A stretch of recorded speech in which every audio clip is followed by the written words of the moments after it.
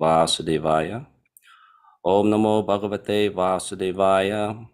Om Namo Bhagavate Vasudevaya. Om Namo Bhagavate Vasudevaya. So let us,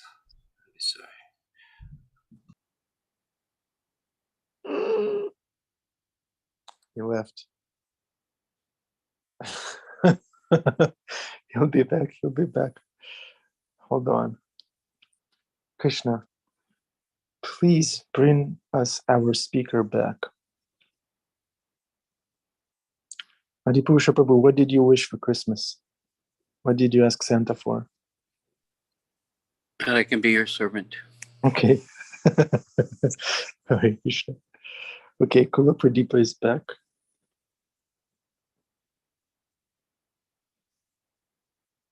Welcome back, Kula Pradipa Prabhu. Hare Krishna. Hare Krishna. Sorry. I'm not sure what happened there. Sorry, my fault. I will share this screen here for the verse. Actually, here. And then share screen. Okay. Okay. So I will read the Sanskrit. There we go. Shri Krishna Vrishni Kula Pushkara Joshadayin Kshama Nirjana Dvicha Pashudari. Oh no, sorry. Shri Krishna Vrishni Kula Pushkara Joshadayin Kshama Nirjara Dvicha Posh Bashudadhi Ridhi Karin Udharma Sarvara Hara. Oh, sorry, okay, let me get this meter, sorry. Shri Krishna Vishni Kula Pushkara Joshadayin Shema Nijara Dvaja Vasudadi Pridhi Karin Udharma Sarvara Hara Shitti Rakshara Durg Akalpam Arkam Arhan Bhagavan Namaste.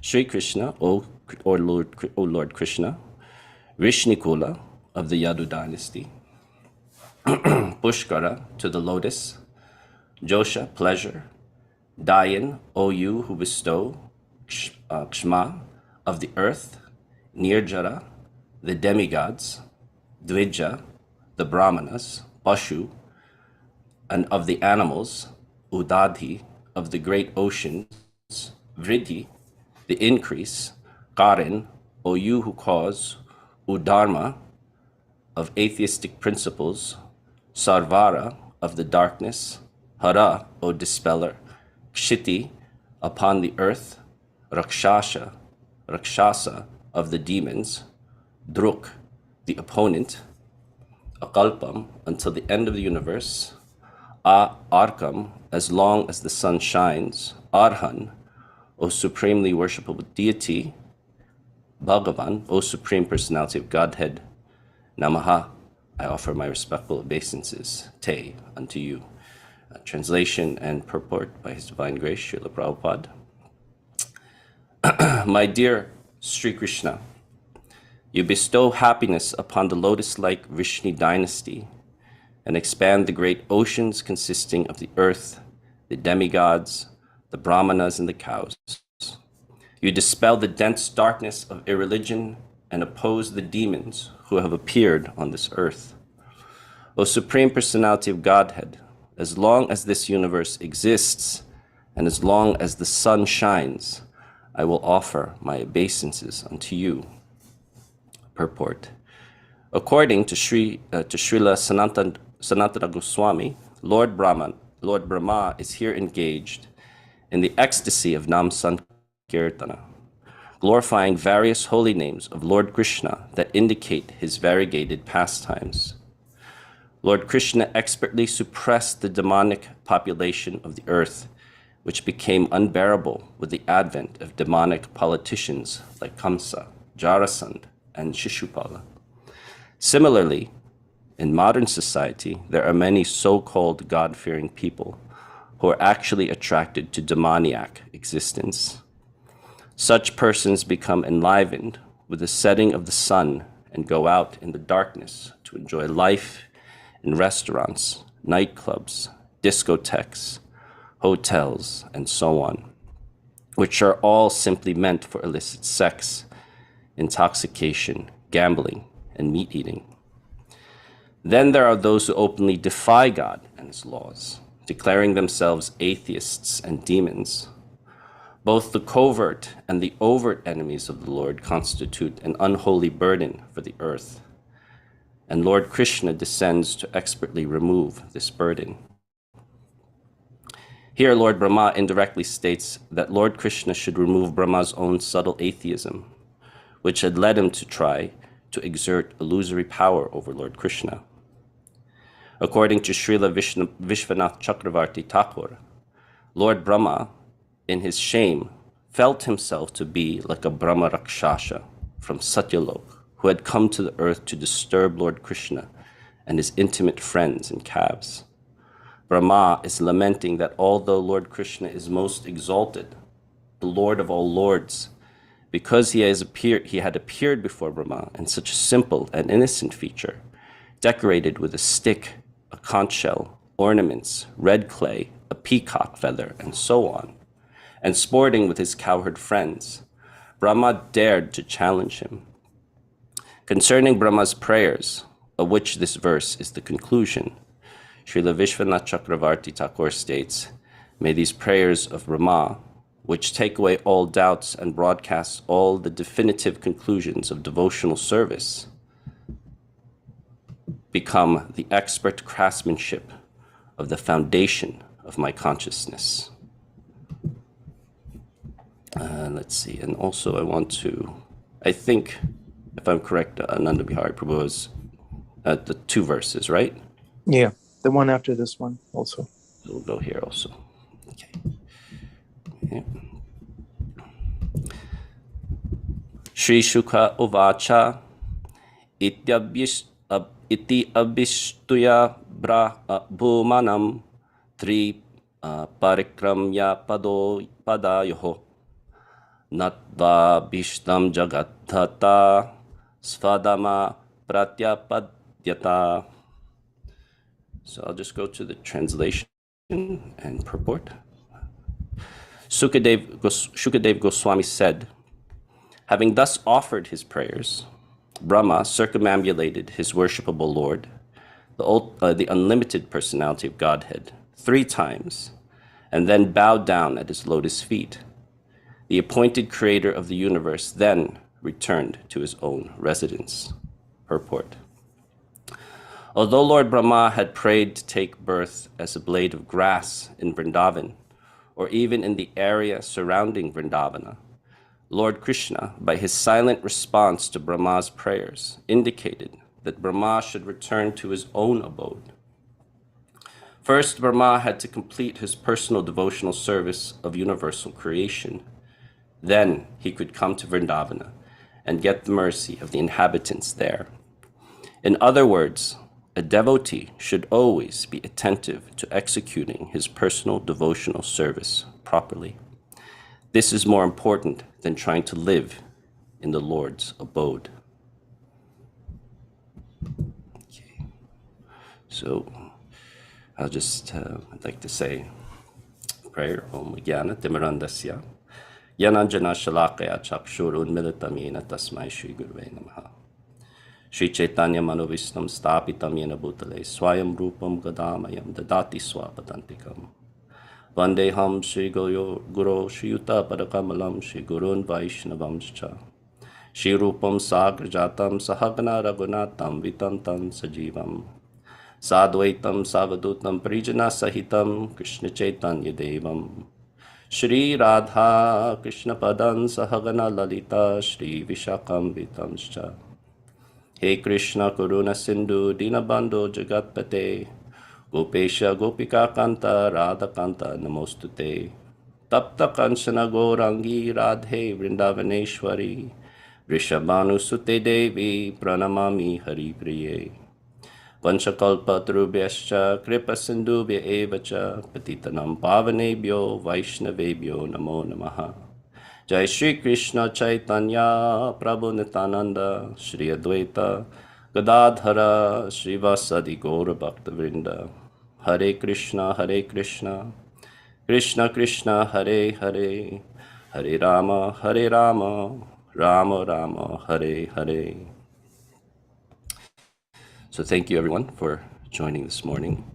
But thank you also, and I suppose for those accustomed to celebrating, Merry Christmas or Merry Christmas Eve. It is a celebratory time generally, and if you've just started working here in the United States, you've noticed it. You may have noticed the slacking off at the office. No, there's a lot of at the hospital. There's the office you generally closes early, and there's a little grace and compassion is shared. It's a time of giving, a time of thanks. So this is appropriate. This is also as we're coming to the conclusion of Lord Brahma's prayers, and really it's the art of prayer. Lord Brahma, as we have seen multiple times, is such an exemplar of prayer. He's also a kind of an exemplar of an individual who finds himself in difficult situations. Apart from the creation of not knowing what he has been created for, where he is, at the beginning of the Bhagavatam. Where am I? Who am I? What am I doing? Which is a kind of existential situation we could all find ourselves in very often. We don't have to be born from a lotus to be like, what am I doing with my life? But now he's in a situation here where he has a good sense of himself, but maybe too much of a good sense of himself, that he had been prideful and mistook Ishwara Sri Krishna as a normal boy, and the residents of Vrindavan as regular, normal people, when in fact they were the most exalted people in all of existence. And Krishna was no boy, but the Supreme Personality, Ishwara Krishna, Godhead. So I thought something that is helpful for me, has been helpful, maybe sharing this, starting with the kind of an experience I've had. I always generally speak about something about my experience as a chaplain. And one of those first, I remember when I first came to the hospital, the first thing they had was an event called Blessing of the Hands, where everybody goes, all the priests come together, and they go through every department. This is my first day. And you go to all the doctors and nurses, and everybody holds hands, and they pray with the doctors and nurses for blessing their hands, that God may guide their hands in their work this day. And I remember, observing all of the, we could say Abrahamic, like the Christian pastors, father, Catholic priest, the imam, everyone just speaking from their heart. Every prayer was different. And I remember, them asking me to say a prayer, and I was like, maybe after lunch I'll say something. Because I remember right before, when we broke, I went to my supervisor, who's a Buddhist, and I said, I don't know how to do those types of prayers, because I'm used to memorizing mantras and reciting them. So I wasn't sure what to say. And she's like, oh, I thought she would relate. She's a Buddhist too. She's like, I get it. I know, I get it. She's like, but it'll come to you naturally. You just open yourself to it. Open yourself to the experience. And that, I think, is kind of the framework of somewhat of this discussion, the idea of prayer. Because prayer, we have, in our tradition, we have our prayers. We sing the prayers of our acharyas, their heartfelt prayers of humility, their heartfelt prayers of devotion. They sing them for our acharyas, for the Vaishnavas. They sing them for Krishna. They sing them for Chaitanya Mahaprabhu. And then we also have our japa, our mantras, our mantras, the power of the mantra that connects us to Krishna, that we can speak to him. But it is, I felt that it was quite a different experience. And I've been having this discussion with my wife about having, there's an aspect of prayer that maybe we should practice, that is healthy to practice, and that is to just speak from your heart. And we do as we sit before the deities. I see when I'm there on Sunday, many people come before Sri Radha Murlidhar and Sri Gaura Chandra, and silently I know that they're speaking to from their heart, in their mind, silently, or maybe aloud. But it is also a very powerful experience to say a prayer. And I've definitely also seen the other side of, there's one side of, we may get caught in a routine of prayer, and then we forget that heartfelt mood of prayer, the kind of the emotive prayer to Krishna, just like here in Brahma, how Brahma is realizing his mistake and realizing what a foolish mistake he's done, and seeing how great Krishna is in the context of everything, any jnani, any work that's done, knowing Krishna. No one could know Krishna, he's saying. They could only know Krishna by loving Krishna, by devotion. But the point is that mood of prayer. And how can we, maybe let's explore what that mood of prayer is. So I'd say that from my just a kind of simple, maybe more, not like just my own kind of, my observation of these prayers here. There are certain elements of the prayer. There are certain elements of prayer.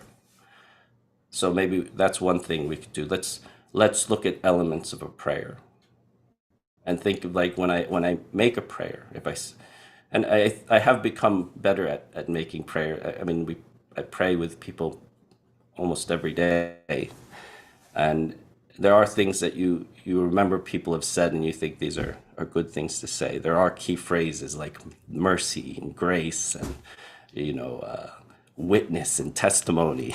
These are also very Christian terminologies that we've used, but we have terms like love, devotion, servant, humble. Allow me to be humble. Remind me to be humble.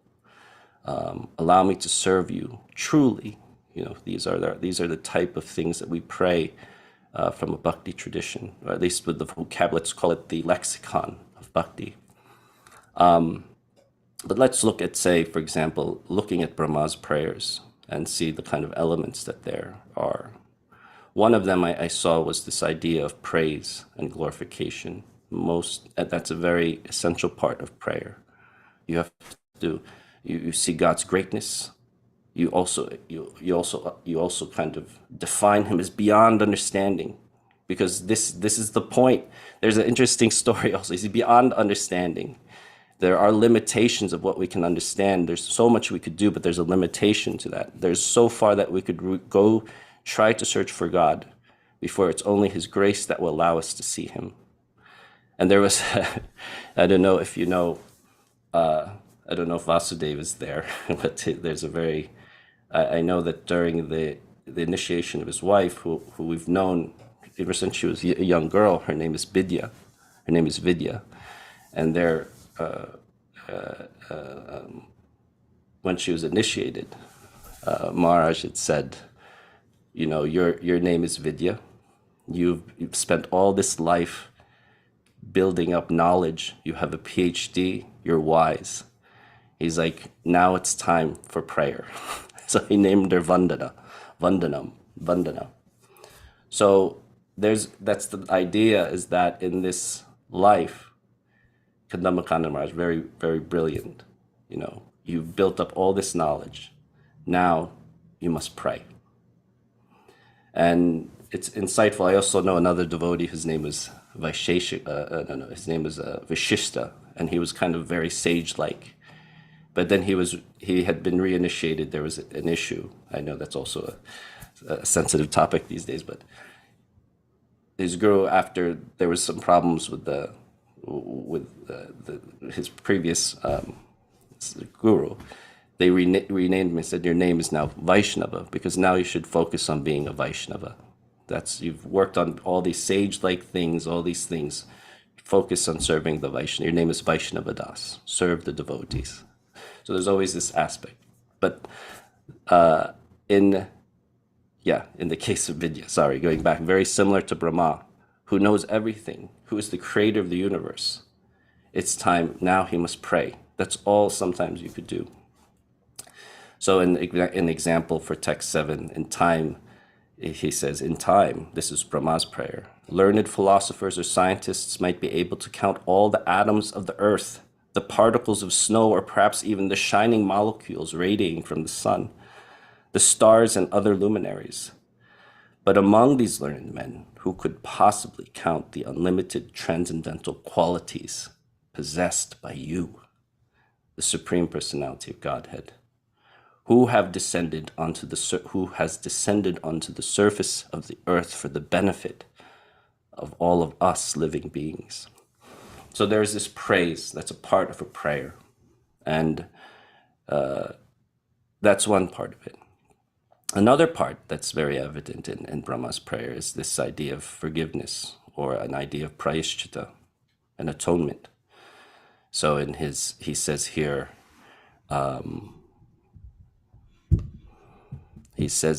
in text 9, my Lord, just see my uncivilized impudence. This is, of course, English, but it's translated.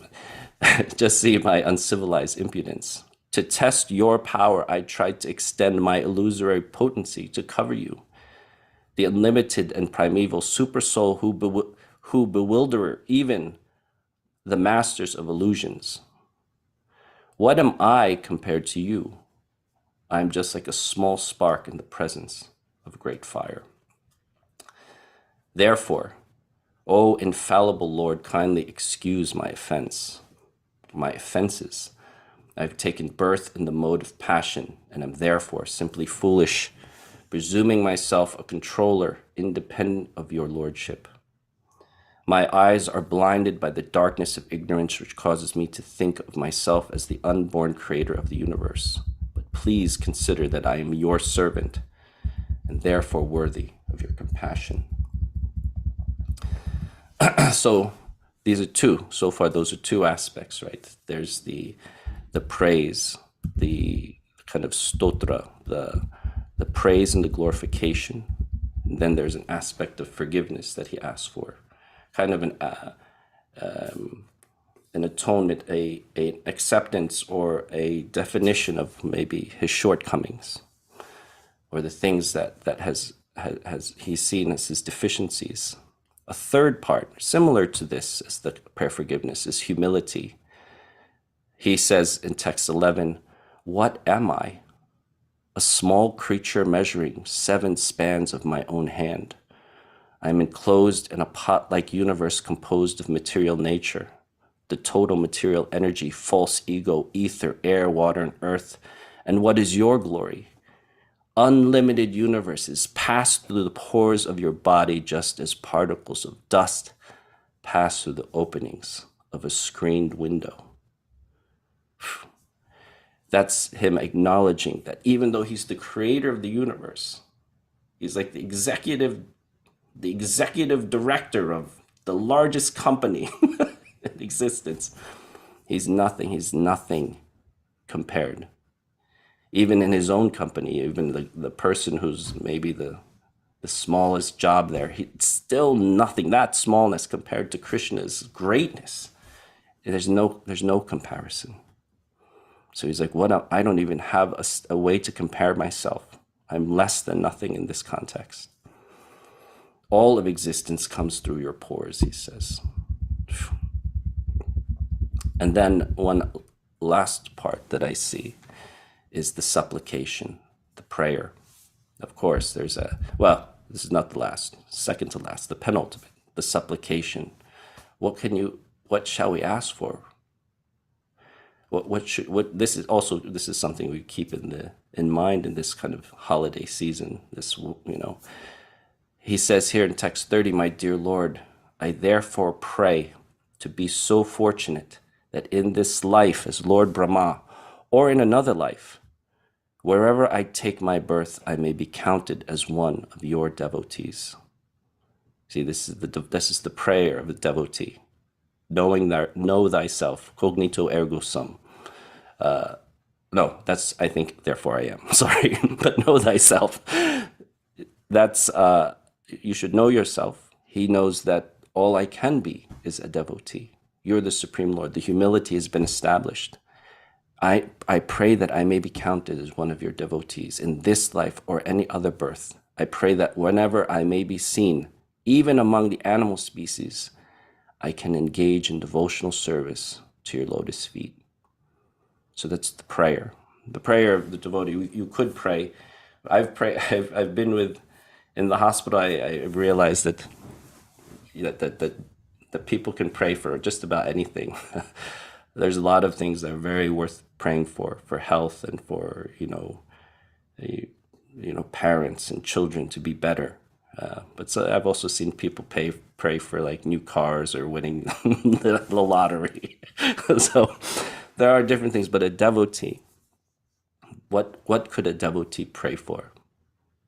Please allow me to be a devotee again and again, as you like, so that I could see you, so that I could serve you. So this is Brahma's prayer. But the one part which I wanted to also somewhat focus on also, this last element. So what were the three that I looked at here was the praise, the glorification, a prayer, and then for part 2 is forgiveness, or atonement. 3 is humility. 4 is a supplication, a prayer. It should be the last, but I wanted to speak a little bit also about the aspect of gratitude or thanks, which is also the kind of the season we are in. It's not just for giving, it's also for thanking. So after Brahma, these are the verses now, after Brahma asks to leave, he says, actually, you are the knower and the seer of all things. Indeed, you are the Lord of all universes, and yet I offer this one universe unto you. That's just, there's this one recording of Prabhupada where he cries, and every now and then I listen to it, and I also get a little teary-eyed. He's telling the story, I think, of Madan Mohan, and how Sanatan Goswami, or was it Rupa Goswami, for Govinda, I think it was Madan Mohan, but he's only offering him small offering, and he feels like, what can I give? I have nothing. I give you all that I have. I have nothing, but you have everything. But I just give you this little sweet. Please take it. And so here is, it's like imagining, but what is being given? That really just like, that humility of knowing I don't have anything, but what I can give you, I'm giving. And understanding the greatness and that glorification of how wonderful, how universal existence is, that you're just giving this little sweet. But Krishna sees what's really being given, that true, humble love. I'm giving you what I have, and it's my life. This is what I have. So this is what Brahma says. I have this one universe, and I offer it to you. My dear Sri Krishna, you bestow happiness upon the lotus-like Vrishni dynasty and expand the great oceans consisting of the earth, the demigods, the brahmanas, and the cows. You dispel the dense darkness of irreligion and oppose the demons who have appeared on this earth. O Supreme Personality of Godhead, as long as this universe exists, and as long as the sun shines, I will offer my obeisances to you. So this is also in the purport. I believe it's Prabhupada, not the disciples. I think it's Prabhupada is still commenting. No, it's disciples. Okay, so they say they speak about the leaders of the world, and I'd only say briefly like about like the people who claim to be. He says that there are rakshashas who are leaders of the world, politicians and things like that. There's always like a modern day commentary, but Brahma is setting the example of a leader. He is the creator of the universe. He's setting the example to be prayerful, truly humble and prayerful and thankful, and to pray for what? Not just for a better society, which we want. He's saying that you're the lotus-like happiness of the Vrishni dynasty.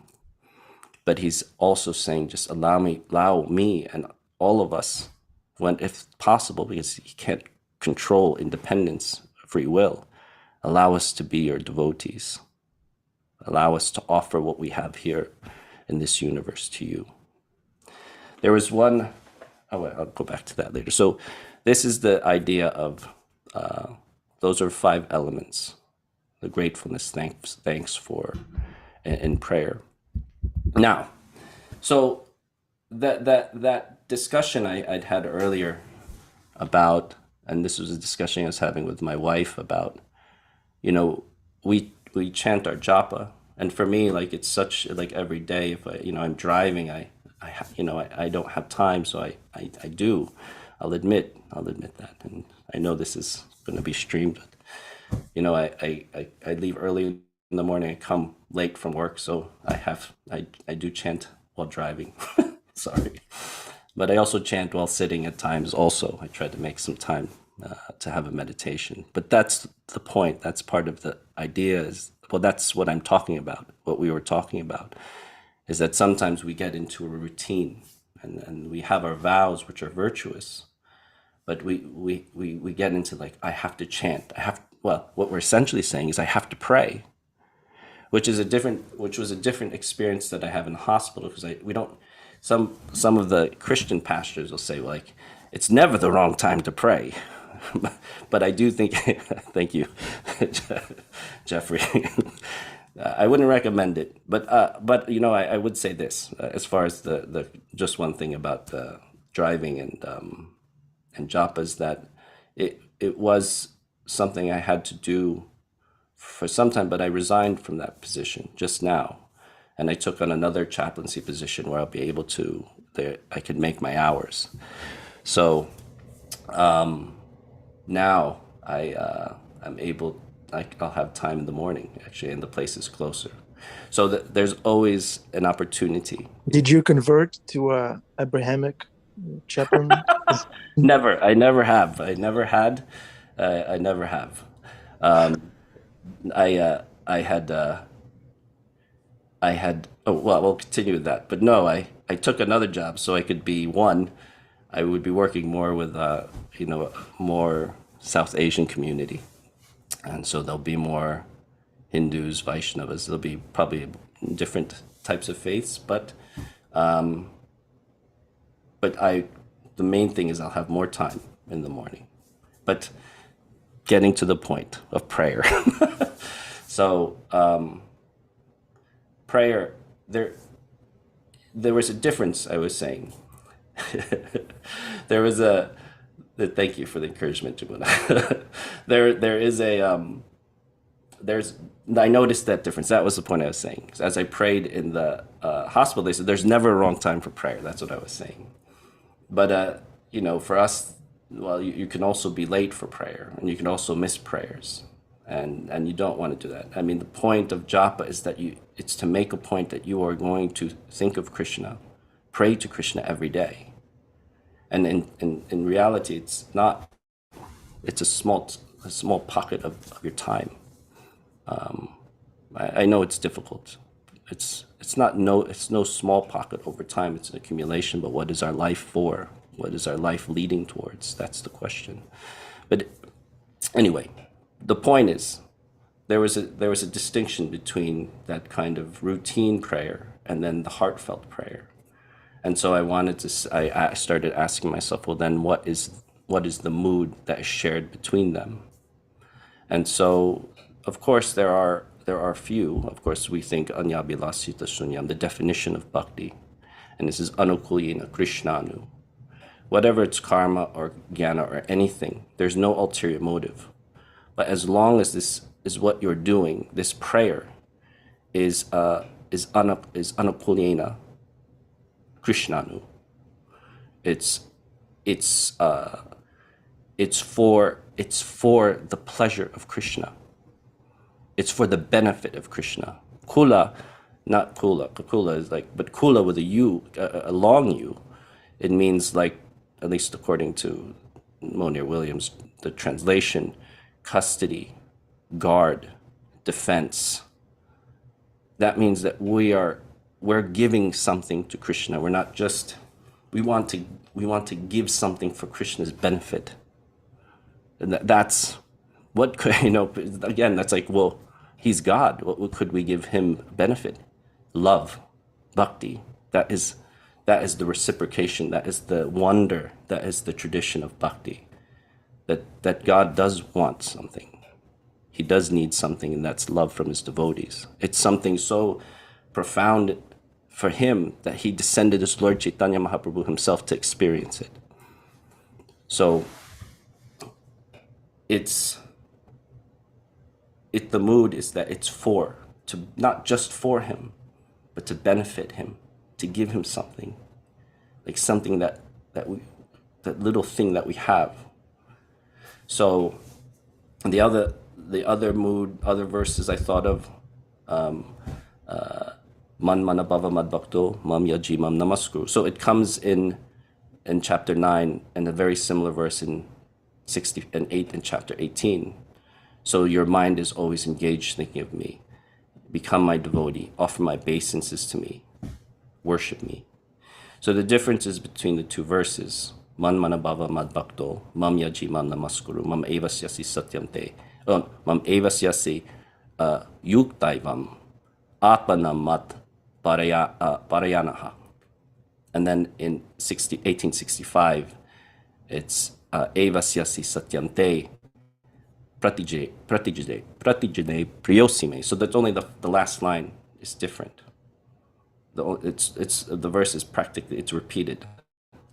This is also kind of a prayer, a meditation on what a prayer should be. That the mind is fixed on him. The mood, the bhava, you're becoming mad bhakto. That's like, think of that, bhava mad bhakto. Bhava is a very essential Sanskrit term coming from bhav, to be. And so it means be mad bhakto. So it's like an essential thing, your nature, to be my devotee. And to always think of me, man, give your mind to me. So in chapter 9, he says Atmanam mat parayanaha. Parayanaha is like yanaha is path. Aparayanaha is the great path. So this my great path. You will come. The Atmanam, you will come to me. But in 18, he puts that aside. He's like, okay, that's nice. But how about this? He says, I promise you will come to me if you do these things. He promises. He says, pratijane is a promise in Sanskrit. It's a very personal thing. He says, pratijane priyosime. Why? Because you are dear. You are my dear. Priyo asime. You are dear to me. Think of me. Be my devotee.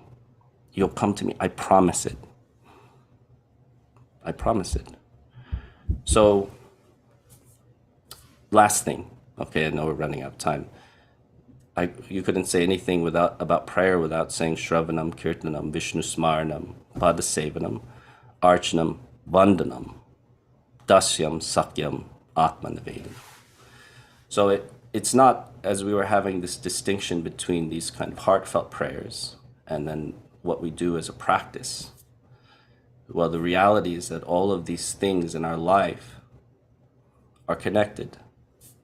That everything you do in your life, the building of your faith, the singing of kirtan, the work that you do might be a vocation. In that is interwoven the vandanam, the dashyam, everything. But ultimately, also there's the atmanavedinam that you've given you've given yourself, just like atmanam mat pariyanaha. That atma is given. So there shouldn't be the distinction. They are intertwined, and maybe you have a day where, I'm not as focused as on japa because I have to run to pick up my kids. But that doesn't mean one day defines your life of devotion. The intention is processed through all of these things. The next day, the day after, the day you became a devotee, the day you were at kirtan, the process is all connected. But you have to remind yourself about it.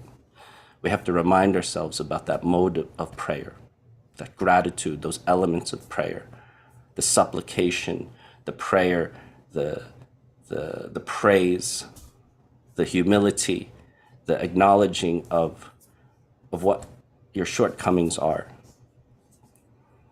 So this Christmas Eve, I guess that's what my meditation is, a prayer, and how we could have a deeper prayer, and a self-examined prayer, swadhyaya. Any questions? I know actually it's about darshan time, but I apologize for that.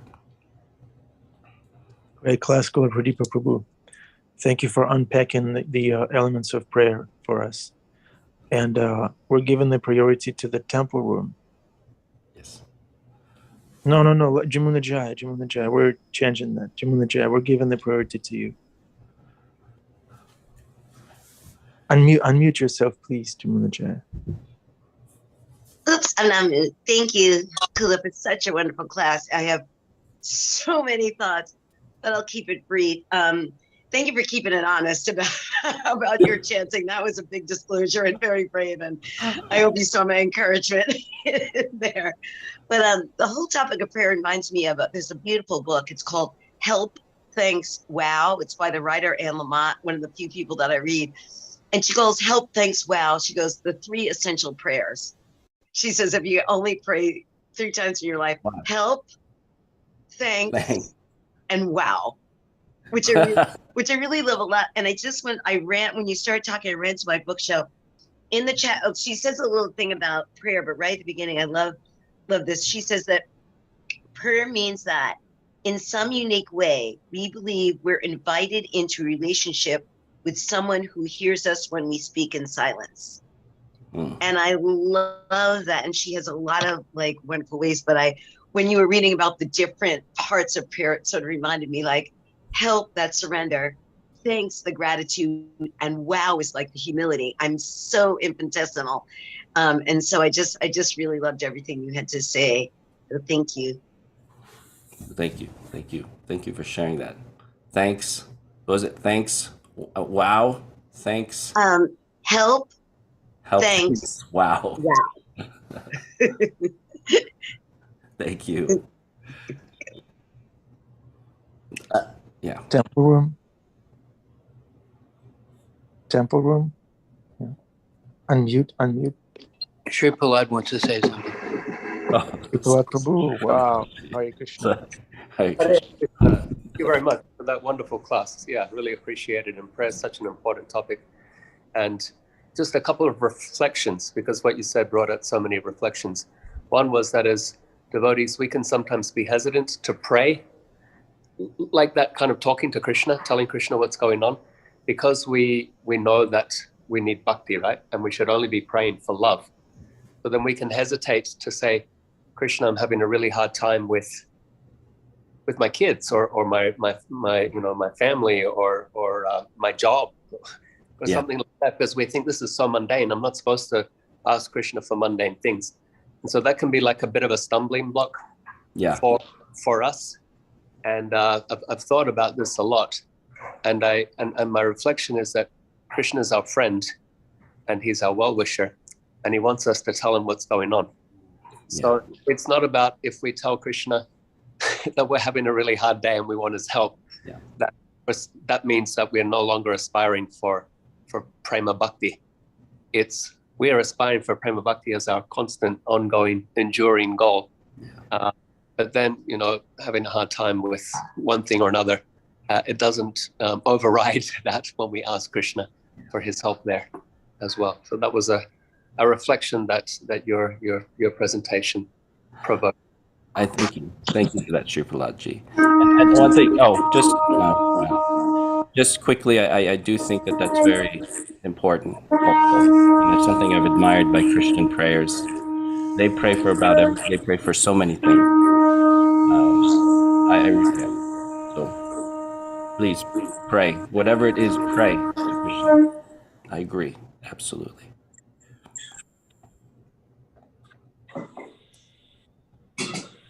Thank you. Darshan time. Yes. Dear devotees, please turn your cameras on so that Krishna can see you. Even if you're driving. Adipusha Prabhu, please put us on the donation box. Can you, Sripala, can you help me here? Yeah. I don't know how to do this. When I'm ready, I'm going to take it over to the beats.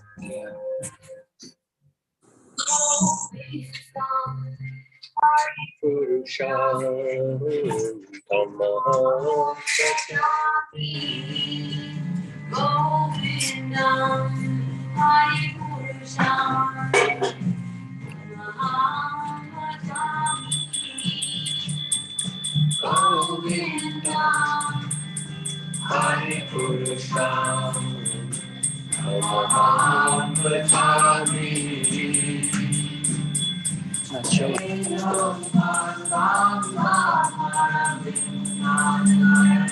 Show it? I don't know how to do it either. Oh gosh.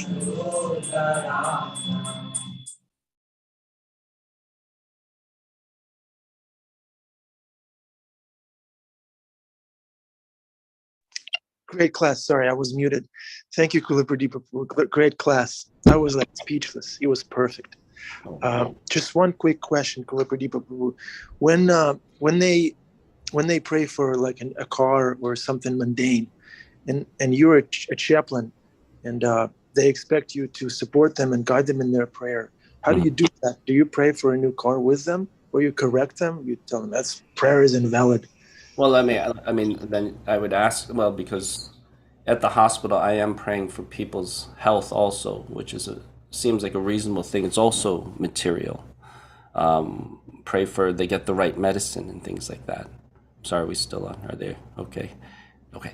So I think that's more. I think I see that more outside. I see it with some of the pastors. They pray for wealth. They pray for fortune. And at first, it was a little. I don't. It's hard for me to pray. I might say like, well, if it's better for you and your faith, I mean, yeah, I hope God. I pray that God can give you this. But I do want to reflect on Sri Prahlad's point. I do have to say it when I see. I wasn't used to it, seeing like when the Christian pastors would pray for like fortune and, hope these are the winning numbers, and I'd be like, wow. But I admired how everything in life, they connected it to God. They saw that God could be the giver of it. And even though that might be like what we define as karma kanda, it's just something I think I appreciated. There's an aspect to it that I appreciate, that they see the things in the world as also coming from God. They ask God for it. So I don't have too harsh of a criticism for it, because it is actually, I do admire. They I mean, literally would pray for everything. And at first I was taken aback, and then I was like, wow. I mean, that's also it's sweet, it's nice. Is it sentiment? Sure. Is it based on philosophy? Yeah, of course, we're based on, but again, we don't have a high, bhakti is the highest thing for us too. philosophy, I'm saying, is philosophical. Is the highest theology. Of course, I don't think that they would say it is either. But I don't know. It is a very interesting view of the world. That God is going to grant everything, and if he doesn't get it, they also have a prayer. They're also ready to accept that also. But no, and your direct question, I've never prayed for Mercedes-Benz or directly prayed for it like that. Thank you, Kula Pradipa. Does Gail have a question, Gail? I sure do. Oh. Hey, Kula Pradeep. So Gail, nice I'm to blessed always by see your you. presence, Gail. Oh, are you kidding? Please. Oh my goodness. Yeah, I'm always so happy to see you in any forum. But yeah, I have a couple, like Jamuna, because I have so many things. But on this last point about the fact that, Christians, they do pray for Mercedes-Benz and stuff. Doesn't Krishna glorify them in the Gita as one of the 4 pious types of people? Like those who pray for wealth, right? Those who pray for a reduction in distress or elimination of distress, etc. Don't they fall into that category? They're the people that come to him, right? And the best of them was the Gyani, right? Yeah. Mm-hmm. So the Arti and the yes, I forget the other, mm-hmm. And then they will come. That's why I work. I don't know what to say. I mean, people might say, maybe there's a judgment. I'm a pujari, I'm a priest. I work with devotees as priest, but now I also work with these other faiths. They are like brothers. We're working together many times, like on a battlefield. And so like those differences about, one thing is that's very sobering. So I know at home, that their faith it's very helpful in their strength. But yeah, because they're so vastly different.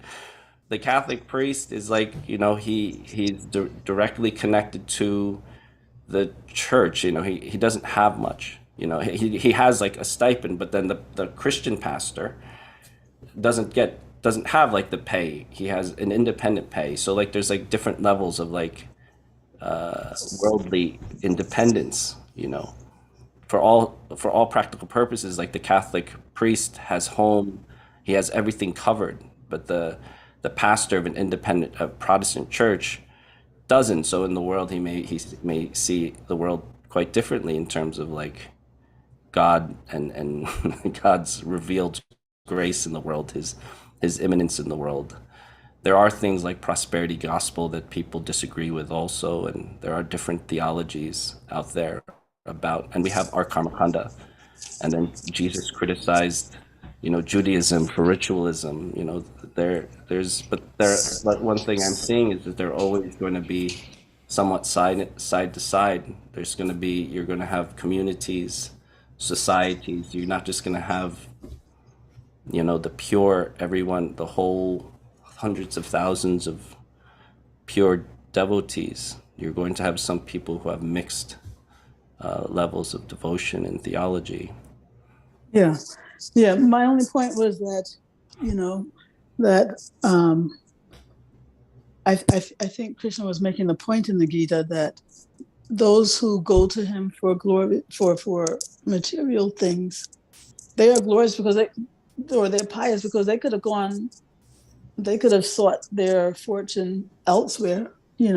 They could have sought, they could have taken shelter in other areas. They didn't have to go to God. Yeah. However you call him, Yeah.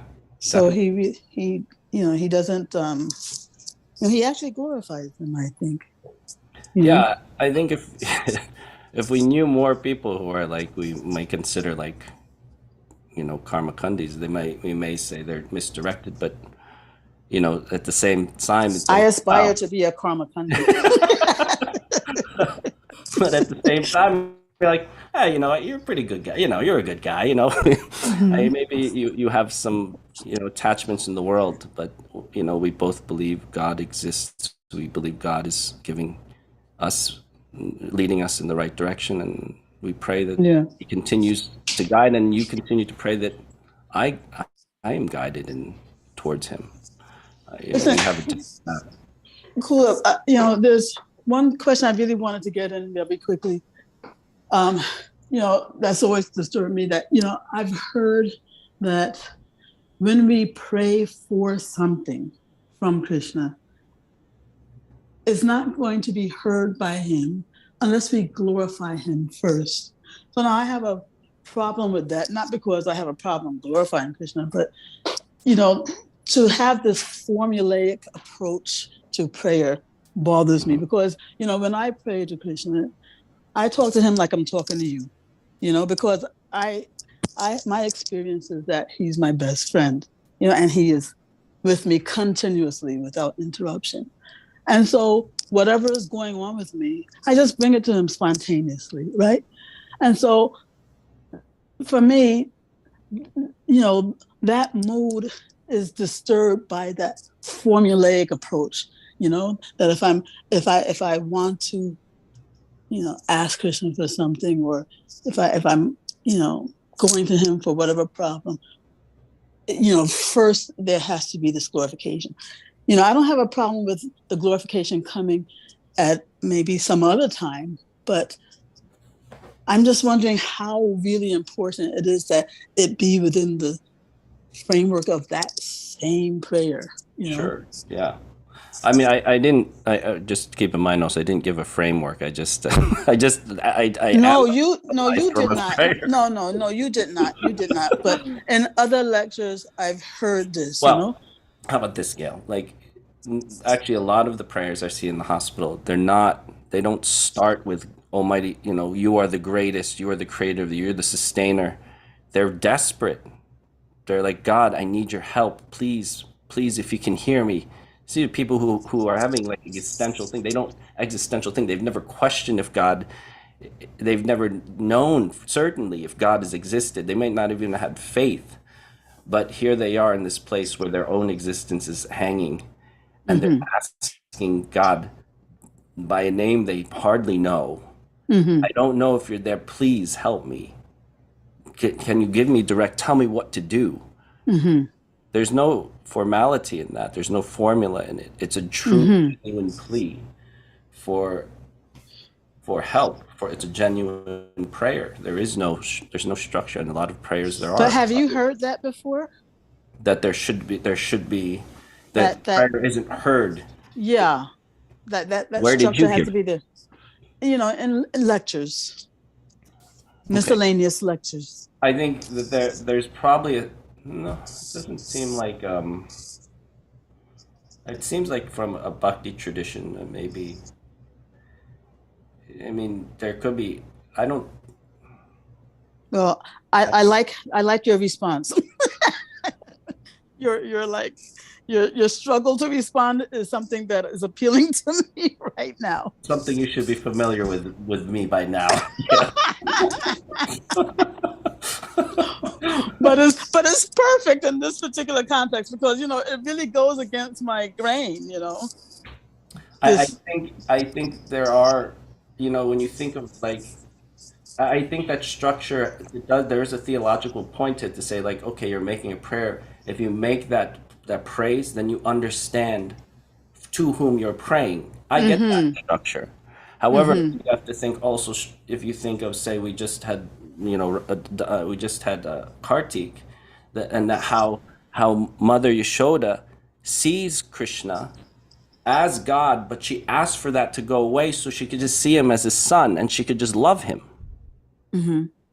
So sometimes like that theological, understanding of the omnipresence, the supremacy of God can be a disturbance too. Yeah, in her case, but she's also, the highest devotee. But in that case, she doesn't want to see the universe. She just wants to worship.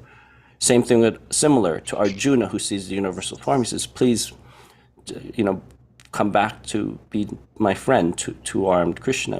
Let's continue speaking. Yeah, actually, you actually addressed my concern, because, for those of us who are not on the level of Mother Yashoda, right? You know, if we are praying for something, I think, you know, what I got from what you said just now is that you don't necessarily have to like spell it out. Oh, Krishna, you are the greatest. If your consciousness is such that you are aware of that, I think that's enough. You know, and then that's the person that you're praying to, you know. But this Brahma Vimohan Lila also reminds us of the other side of that. That Brahma didn't also recognize that superior. I know, but that's the point, though, that when we pray to Krishna, we should pray with the understanding of what his position is. You know, if we're not Mother Yashoda, you know? There should be, yeah. It seems like in all of these cases, that position is brought about. What changes is the devotee's demand to reciprocate in a specific way with Krishna. Yeah, my point is that, you know, unlike what I've heard at these lectures, which comes across as you have to like spell it out. You have to spell it out. Oh, Krishna, you have to, it's like very formulaic. You know, you have to first say, oh, how glorious you are, Krishna. You are the, you know, the controller of the three worlds, or you are, you know, all these glories of Krishna's godly position, you know, and then you ask for what you want. But I think the point should be, the essence is really that, you know, we should, you know, when we are making our prayer, we should have that consciousness, not necessarily that you spell it out, you know, in a verbal prayer. I don't think so. I think one of the main things, the main thing I wanted to point out when I was talking about today is just that there is a mood of prayer. And that mood needs to be, that mood, you know, we need to remember that mood of prayer. And I know that there's an element of, yes, also remembering the praise aspect. That's the point you're saying. But, you know, sometimes the day-to-day in the routine of our practice, our sadhana, you know, we may be sometimes feel disconnected from that mood of prayer. Or it might just be receded to the background, you know? Yeah. But again, we have to renew it and understand. Yeah. Also understand it exists in a big structure of our life of devotion. Mm-hmm. So I guess the answer to your first question, initial question, is do you have to have that structure? I don't. No. I mean, I feel like I'm really satisfied with how you've addressed the question. Oh. I feel like, you know, you don't, for me, the satisfaction is in feeling like, you know, when you pray, you know, different aspects of Krishna might be more or less prominent when you're making a prayer. But we should at least, you know, at least at the sadhaka stage, I think, be aware of Krishna's position, because he himself amplifies his position in the Gita so that we can have confidence in our supreme friend, you know. Yeah. Those verses where it sounds like he's boasting about himself, he's trying to actually inspire our confidence, you know, so that we will be encouraged to take shelter of him. And so if we remember his glories in that way, you know, when we're praying, you know, whether it's in the forefront or the background of our consciousness, you know, I think that's fine. And in that way, it doesn't interfere with the spontaneity of our communication with Krishna. Yeah, I think, yes. That's it. I think that's a vital thing, especially with like the aspect of Vaidhi. I do think like in the higher aspects of bhakti, that kind of praise aspect, it goes towards the backdrop of like the relationship, the friend, the mother, it seems to be that's that seems to be the case. And if I'm theologically wrong, I don't mind being corrected by anyone. Oh, look, my wife has entered the waiting room. When you opened it up for correction, she tuned right in. Who's that? Who's that in the waiting room? Jahnavi just got in the waiting room. Oh, poor. Sometimes it doesn't pay to know people in high places. I guess Jimona, she did have a question. Well, maybe that was just left when she had it Oh up. no, I did. I just wanted to Oh. say to the beautiful conversation. I always love when Gail starts speaking. I think everyone learns so much from Gail. So I'm always happy when Gail My favorite cheerleader.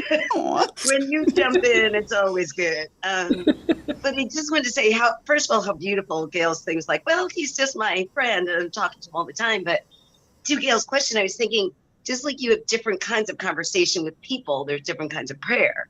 You know, you have different I have different kinds of conversation with my boss, which might be a little bit more, this conversation as a different conversation with my friends. So prayers, if we think of them having is a conversation, there's different kinds of conversations. So sometimes, maybe Gail, it is the formulaic. If I'm asking something from my boss, yes, you're so great. I'm so grateful. As opposed to with my husband, my friend. So I wanted to see that. That's what I thought of, Gail, when you were talking. There's different kinds of prayer, and sometimes and there is something really beautiful. Sometimes when read the prayers of Lord Brahma and that formality, and you fall down, and it's that kind of prayer. And then there's the beauty of the prayer of like, hey, I'm just talking to my bud, Krishna. Right. So I think both things are really... Yeah, and I do have both going on, I just didn't want formulas to interfere with my very natural, spontaneous conversations. It is really cool. So I just went, and then one more thing, and I'll shut up because I'm talking like today. I just, Danyadhar Maharaj, because I was always about praying for something. I always felt weird. I'm like, how do you do that? And he told me two things. He said that, when you really want something, Krishna knows anyway. Like he knows the desire of your heart. He knows it. So, you're coming. And then he said this is very Maharaj. He says that sometimes when you're asking for something, you say, Krishna, if you think it's a good idea. I always love that. So when straight up saying, like really just like asking something for like my mother just had COVID. So I was straight up praying. And so I was like, Krishna, if you think it's a good idea. Yeah, I love that. So yeah. I just put the Chinese. Thank you. Yeah, that's a great line. Yeah. Thanks, guys. Great discussion. Great. Thank you very much. So we can take one more contribution to this class. And Adipurusha Prabhu is willing to speak. Hare Krishna. Unmute yourself. Praying to Krishna, we say what he wants to say. Wonderful, wonderful discussion. Very sweet. And the interesting, wonderful class.